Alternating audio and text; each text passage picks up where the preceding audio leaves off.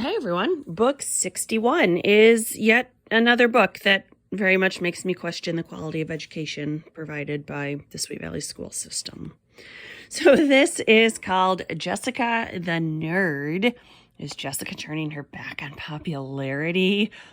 Oh no, what a travesty that would be. So in the cover, she is wearing purple, obviously. And the boys are, don't know, they're interchangeable stereotype caricatures of Winston, even though he's a booster, and a bunch of others. I don't know who they are.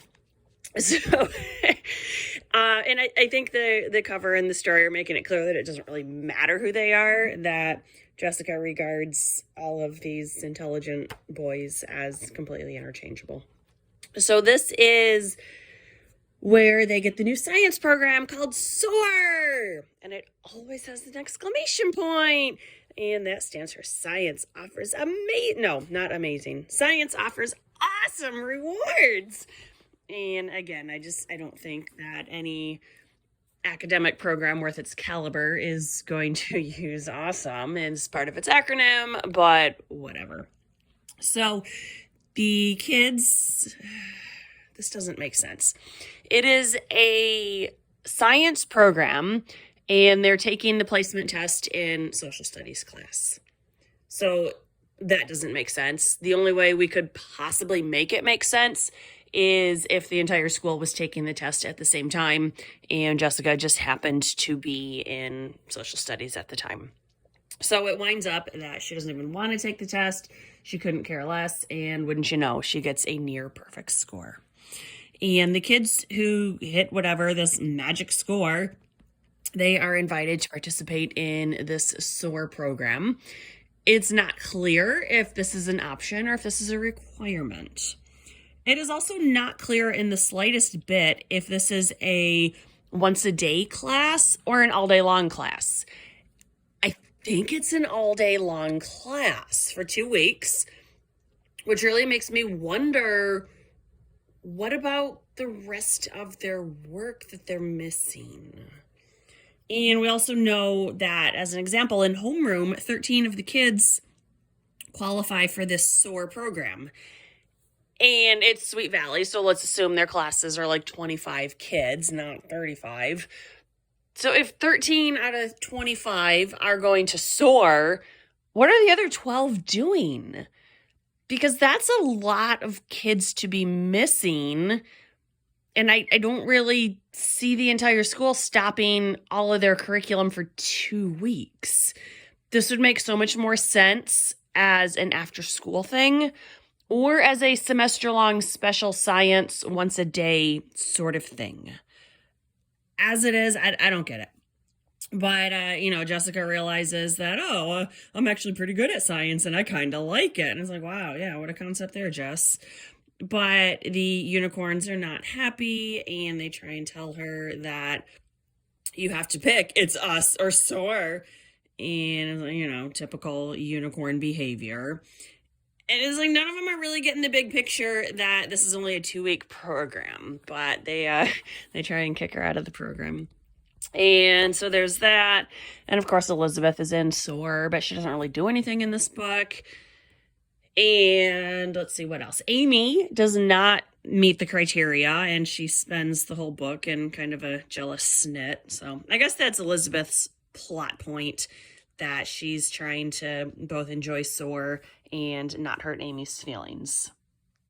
So of course, Jessica convinces the unicorns that they need science, because without science, they wouldn't have blow dryers and hairspray. And it's like really stupid, but that's 6th grade, so it's okay.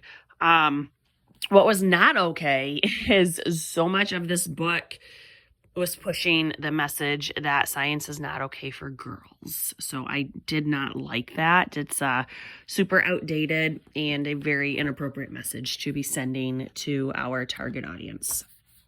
So a couple things that I wanted to read. There's only 3 things here that really jumped out at me.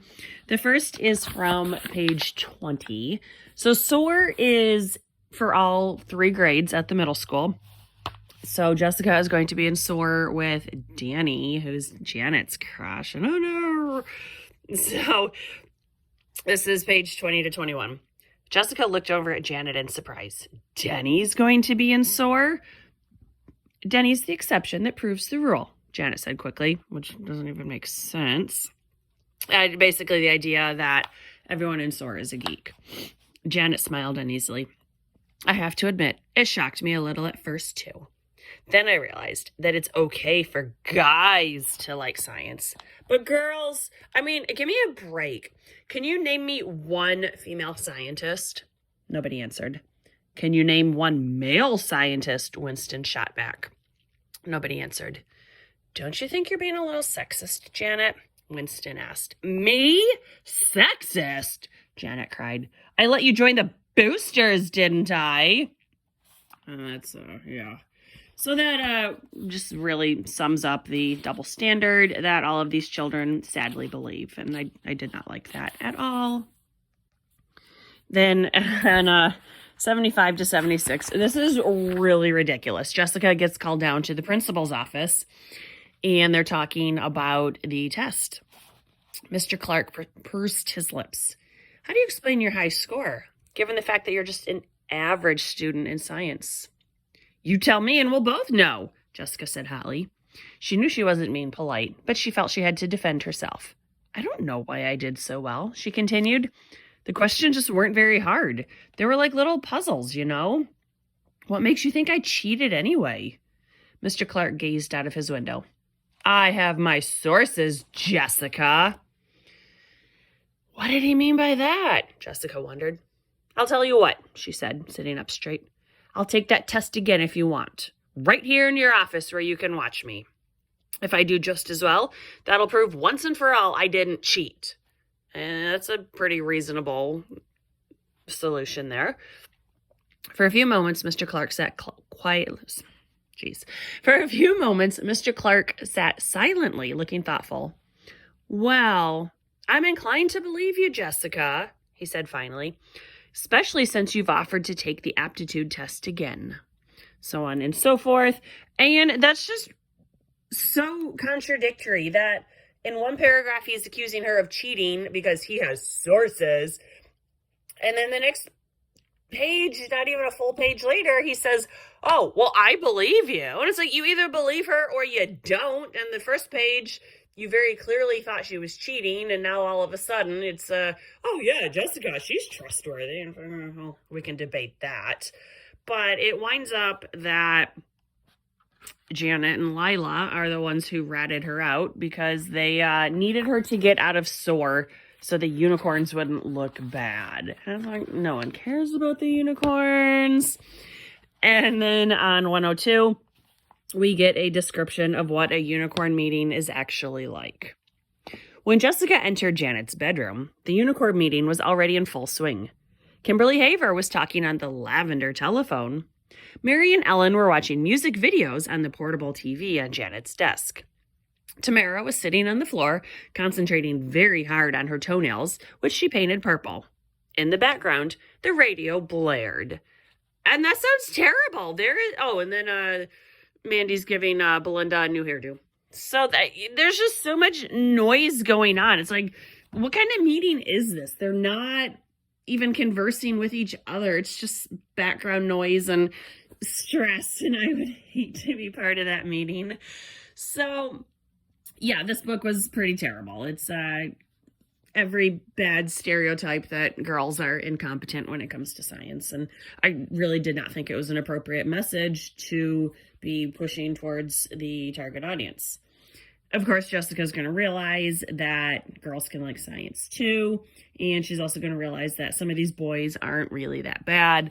But I'm guessing she's very quickly going to forget what she learned in this book. The next book is number 62 with a very original title called Sarah's Dad and Sophia's Mom. So I'm not very excited about that one, but I'll get to it soon enough. This book needs to soar into the recycling bin. It's not a good book. It was upsetting as it had really good potential and Jessica learns good lessons that, oh, she can be smart and she's good at science and all of that, but she turns her back on all of that for the unicorns. So this one didn't really work for me. It had a good premise, but plus the whole curriculum thing, I don't know what's going on in the Sweet Valley school system. They concern me a lot. So that is this one. I'll get to the other one soon enough. Thanks for watching. Jessica the Nerd. Bye.